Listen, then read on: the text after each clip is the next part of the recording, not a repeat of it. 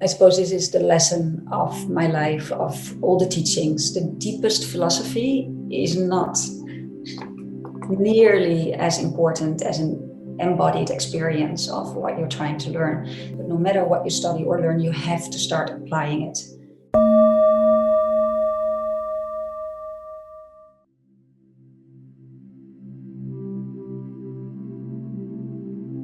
Thank you for joining me. Would you mind talking a little bit about your beginnings, about how you came to yoga, when and what type? When and what type?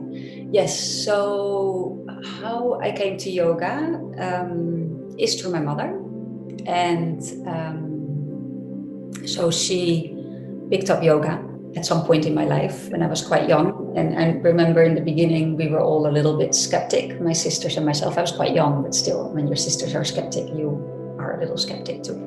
And but then I sort of walked into the room and she was doing her yoga. And so I started thinking, hey, I mean, it was quite, you see the physical part. So I tried to join her in the sun salutations type of exercises and realized this is actually not that easy. I mean, for me, as a young child, I think I must have been very, very early teens. So I started doing that and I enjoyed it. And she taught me a little bit, but mostly I think what I saw at that age was a woman who changed.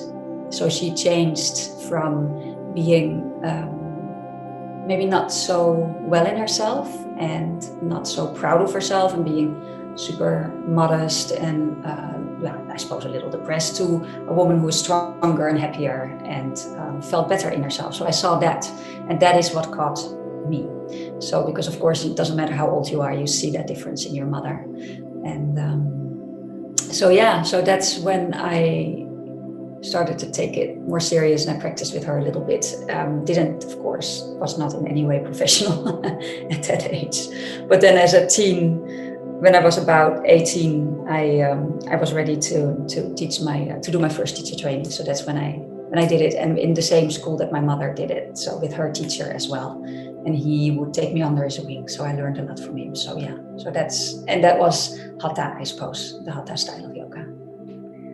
Wow, so you fully witnessed her transformation. Yes, I witnessed her transformation, and that was special. That was special to see that, and I suppose that, and people that she started teaching as well in her house and private, I could also see very much the difference of them coming in and leaving, and that was amazing too. So I could really see and feel the energy of people before and after. I suppose as a child I was really tuned into feeling my mother's energy because she wasn't always doing so well. I kind of needed to gauge how she was doing to make her feel better. So I was super attuned to feeling how people are doing and feeling the difference. So that came easy to me. Your deep yoga training started early on, being able to navigate. And so you did your first training at 18 with your mother's teacher, and then you had several other very influential teachers that have inspired your teaching all along. Did you study with Leslie Kaminoff? Yes, so I started with my mother's teacher. I was young, I did the training, I traveled, I grew up, I did all sorts of things. And then came along, I suppose, my clarity training with Teetske Klein. She's a Dutch teacher, not as much yoga, but more meditation training, which was shaped most of me, I think. And then came Clive Sheridan, who most people have heard of some form or another. He wouldn't be on the internet. He's a special one who trained me a lot, I suppose, in pranayama and also in determination and strong practice, and took me to India and got me out of my comfort zone and amongst the snakes and learning to handle nature and life in its fullest without shrinking back. It was a really special time. And he's been my teacher for a while. And then Leslie, I suppose, came. Leslie Kaminoff, I trained with online, so doing his anatomy trainings with him, which was also, learning from him about the breath in a whole different way was very helpful. And Leslie is a teacher who doesn't answer questions, which is wonderful. It's frustrating and it's wonderful. He makes you go back in and find out for yourself. He gives pointers, but he lets you find out the answers. So I'm forever grateful to Leslie for that teaching and that experience. Burks at a later age came along as a meditation teacher. And so I suppose he got me deeper into meditation because he teaches a lot of different styles of meditation. But what you get from him, I suppose, is you learn how important concentration is. Not just in your meditation practice, but in life, to be able to be focused, to have an unwavering mind. I suppose if you are looking for awakening and to relax into yourself, the unwavering quality of your mind to stick with something is, if your mind wavers and is quickly, you wanted to say something and you would probably want me to give me the word. I think I know what you mean, that unwavering focus. Yeah. That brings you into the present moment. Yes. It brings you into the present moment, exactly. And then when you're in the present moment, it doesn't matter anymore to the same degree whether your experience is pleasant, unpleasant, or neutral. Even being in the present moment gives you a sense of happiness. And you can only really ever, someone can tell it to you, but then the pleasant, unpleasant, and neutral becomes more important than being in the present moment. It's when you experience it that the unwavering mind and the deep concentration really penetrates the moment, that you understand that that's way more important than any pleasant, unpleasant, or neutral experience of life. So yeah, that was an important lesson. And then of course he is well capable of guiding you into different states of consciousness.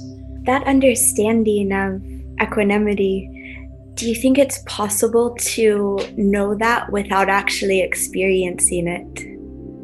No. You have to feel it. You can't be told. No, it can't be told. No, I think this is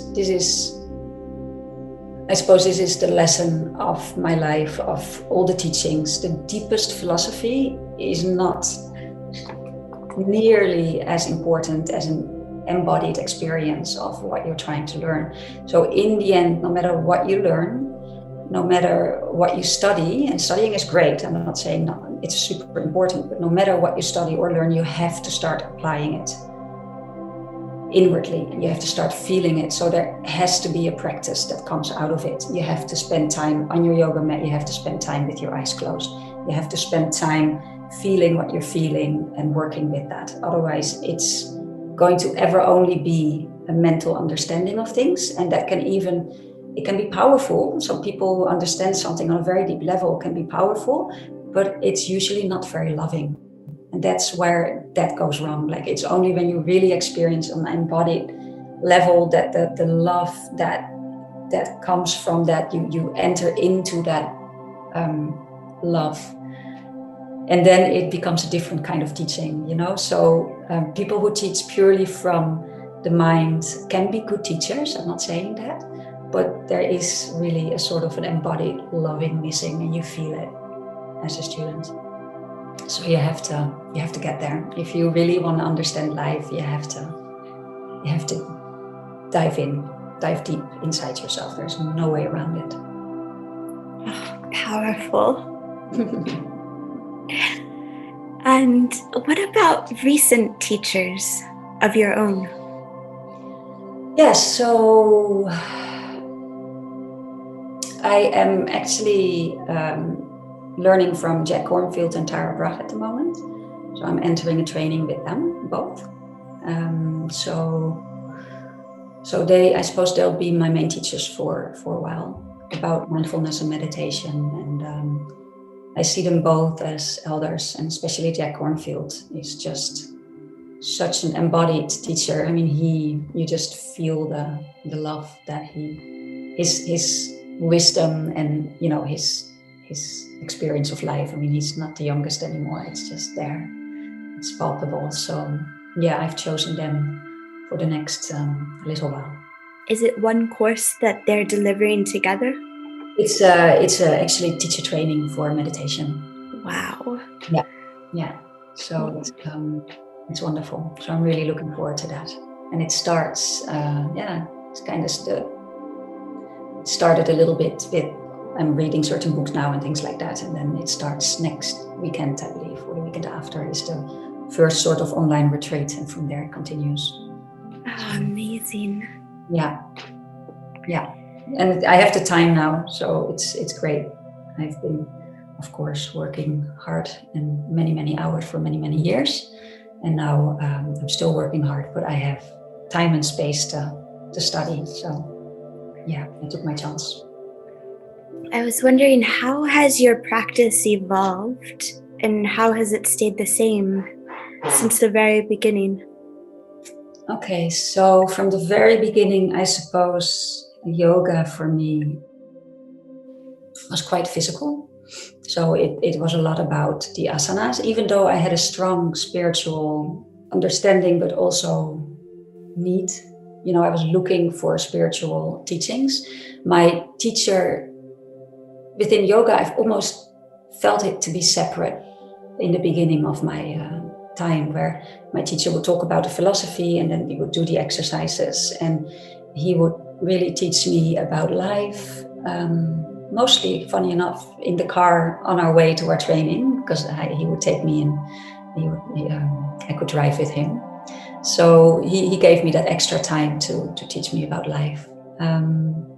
Then I suppose my next spiritual training was the clarity process, which was a meditation training, not to teach, but more to undergo. And it was a 3-year process. And much of it was actually looking at your own patterns and your own pain and your own mechanisms, defense mechanisms, and how you are in life, and then comparing it to the present moment. So you understand what you're doing and where you're stuck and why you are not fully in the present and why you are not just happy. And at the same time, then seeing that right now, right here, it's not necessary anymore, because all of these mechanisms and habits came from being a child and from a different situation, and the situation has fully changed from now being a grown-up. So that was super powerful. So I managed to let go of a lot of my habits and pain points, and it was a lot of healing in that time. Hard work, but very hard work. Yeah. And I really do believe still that work made me the teacher that I am today. I could not have skipped that work. It would not have worked. I would not have been the same. And the work continues even after the 3 years.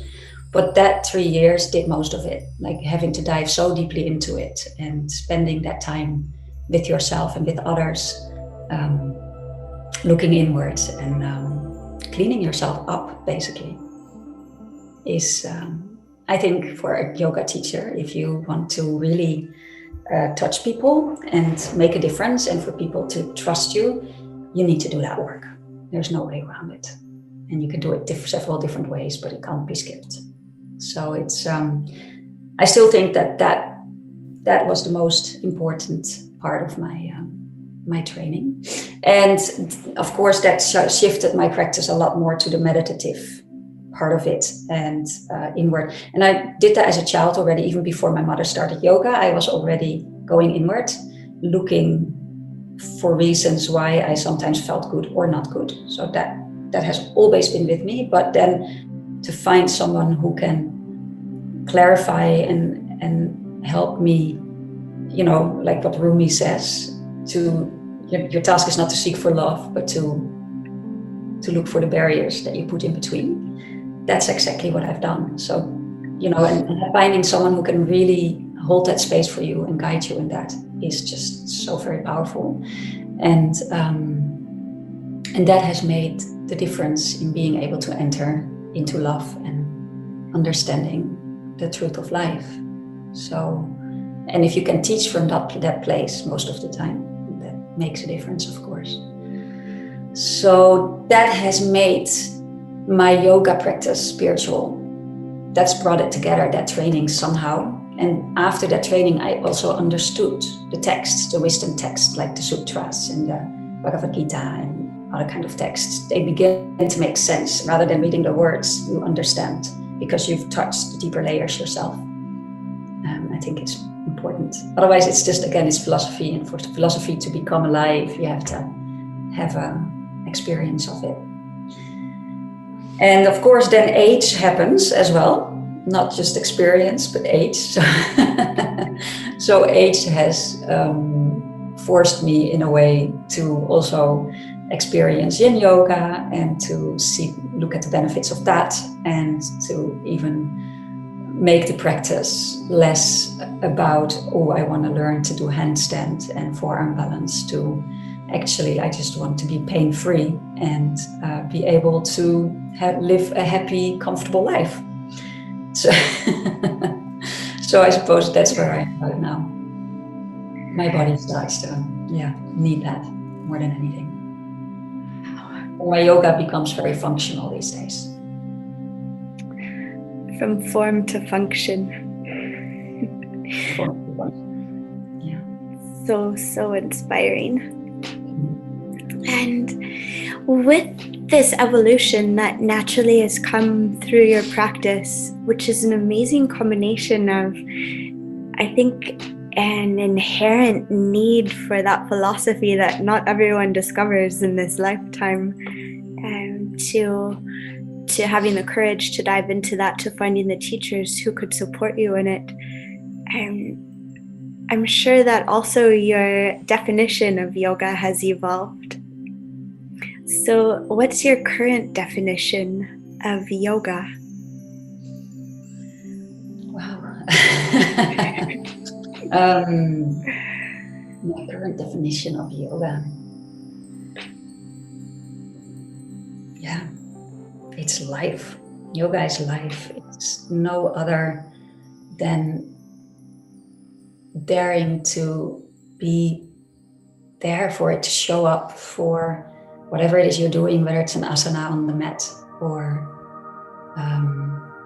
coming out of bed and taking a moment to observe how you feel. You know, it's bare awareness. It's 100% presence. It's feeling the coolness of the door handle, and when you kiss your husband, knowing that that's the only thing that's happening right now, and it won't ever happen like that again. It's a fleeting moment, and seeing your dog first thing in the morning and realizing what you see and the love that's there. Just these things, it's presence for me. It's nothing more, nothing less. And all the physical aspects of yoga are super helpful to help you be able to feel that and to come to that point where you can show up for life. Also for the pain, feeling the deep pain. That's what I learned. It's not as bad when you feel it. It's much worse when we pull away from it. So it's all of it. It's resting in the knowing that there's more than you. It's resting that you are not even you, but you are love. And in that love arises the sense of you and the experience of you and the experience of all other things in life. So it's just being able to go underneath the appearance of things, I suppose, and know that there's an intelligence and a love there that holds you, that is you. Wow. Thank you. So, is it for everyone? It is for everyone if someone wants it. I do believe that. So if that is your longing, I think it's for everyone. It might not be your longing, and that's fine too. But I think if it's your longing, it's available for everyone, absolutely. Yeah. And that was part of your longing, actually, to make yoga available to as many people as possible. Yeah. And when you initially began your YouTube channel, did you envision it growing so big, becoming EkhartYoga that it No. is today? I hoped. It was definitely a vision, but you just start and you think you try it out, and I let myself be surprised. Yeah, it was really literally trying out if it was an option. Like, would I have the pull? Would people find me and like what I teach, and would it be helpful, and can I serve people? And so that was the idea of YouTube was to find that out. In having found that you are able to give what people need, people continue to find you and seek you out.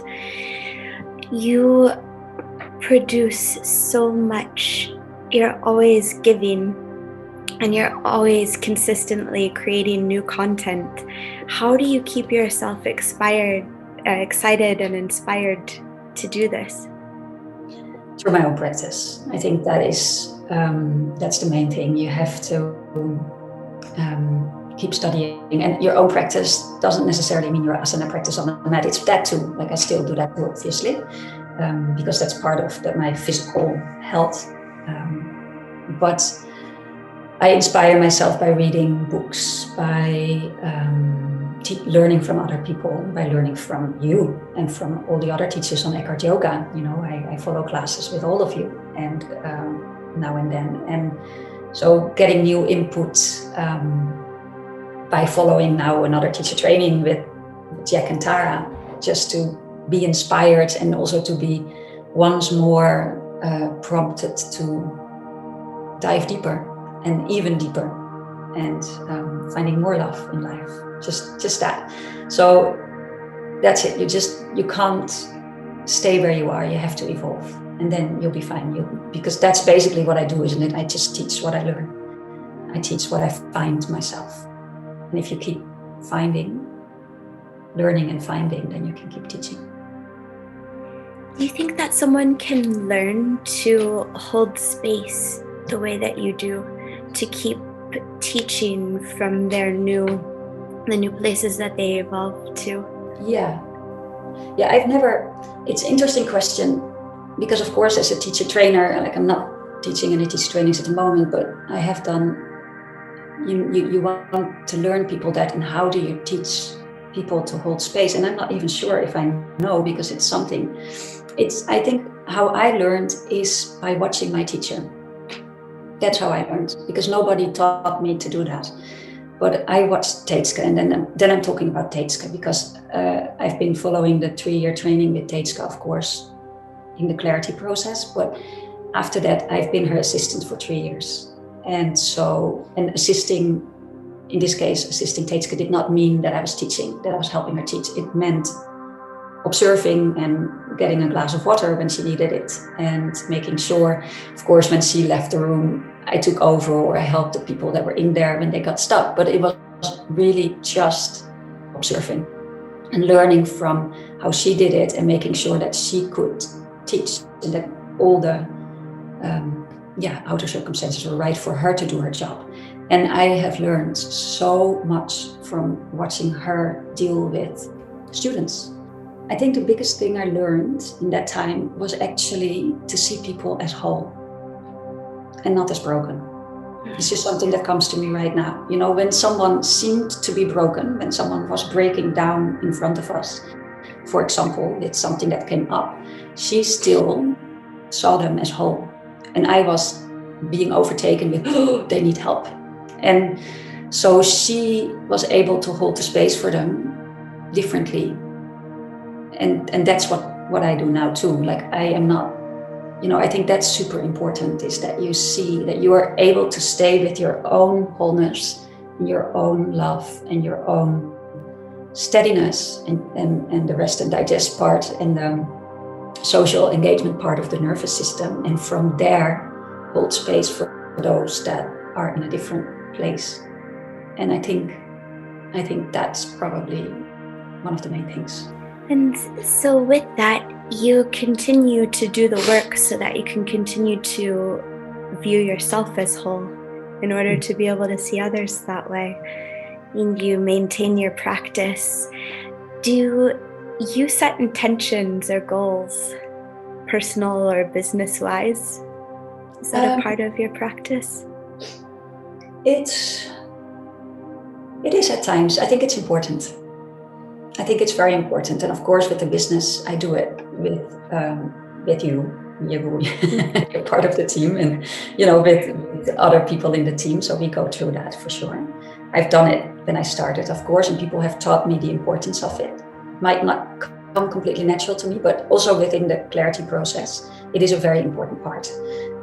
Because I think, and I'm now teaching it in my coaching sessions as well to people, you have to have your intention, your aspiration ready, because if you are wanting to change maybe certain patterns that you fall into or things like that, but you don't have right there, very close to you, how you want to be, for example, choosing love over fear in relationships or with regards to yourself, then your unconscious and life will just make you go the regular way. So it's almost impossible to change. It's almost impossible to choose differently. So yeah, it's a practice, and it's an important practice, and I definitely think everyone should think about it. Thank you. And what about a few highlights from this last near decade of being Eckhart Yoga? I am extremely proud of my team of teachers. I think I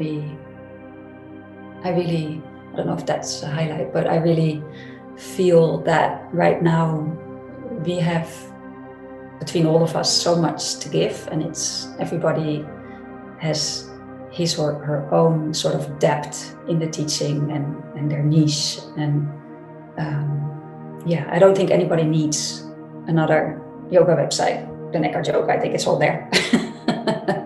And I feel that's a highlight that we managed to bring that together, that teacher team, and the content. I'm so very proud of the content, and so I'm fully behind it. I'm 100%. I believe in my product, in the product of EkhartYoga, and that's a really good feeling. And of course, I've always had that, but there was also, of course, always working towards something. And I feel we're really there. We have this beautiful platform, and the highlights is that I just get so many thank you notes and comments, and that I can see that all of us, all of the teachers, are helping people to make their life easier and to come back to themselves, to come home to themselves. And I think that's the biggest highlight, to be honest. Yeah, it's the way we can serve and that we are serving. That is a big one. And also, speaking of big, what's the biggest decision that you've made over the past year during this wild time in history? Yeah, the biggest decision I've made is, well, I am pulling back from the running of the business. So I can focus more on the content again, and the teaching, and the love of the teaching. So everything is going well. So it's so I'm still the same way involved, but I'm less involved in the running of the kind of the team and the things. And that's been a big decision. And then it's been the decision to, I suppose, be in Portugal right now and go to Portugal at that time and stay and not be in Holland. And I've really allowed myself to rest from the hard work, but also on purpose access stillness and silence and the non-doing, and sitting a lot and seeing what arises from there. And I'm still in the middle of that. So stuff begins to arise, but I feel there's more. And I feel there is, I can go deeper. And I can't wait to see what happens. It has to do with going deeper inwards. In my experience, again, deeper layers of love, deeper layers of being and letting go. And at the same time, I know something will evolve out of that too. But let's see. Have any words of wisdom evolved from it for others who are questioning and wondering and worrying, feeling unstable? Yeah. I think what this time asks of us is that we start to look at where we find our stability and what we think we need to be stable, and to really inquire into that part of life that is really unchanging, So there's the outer circumstances, and there is no way to control them. And the outer circumstances are very difficult for a lot of people at the moment.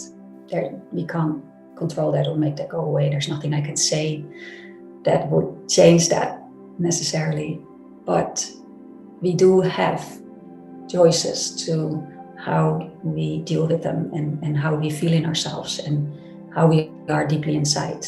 And we have choices to trust life, that it will be okay, and be okay with less. I think we all have to let go of things and make choices. We can't have it all anymore. I mean, there's been a part of life or a decade of life where maybe we could have a lot, and I think we're entering a time of life where we can't have it all. So we have to let go of stuff, and we have to make choices, and we have to be okay with that and find a deeper peace behind the appearance of life. Is there anything else at all that you would like to share right now about yourself or about the world, about love?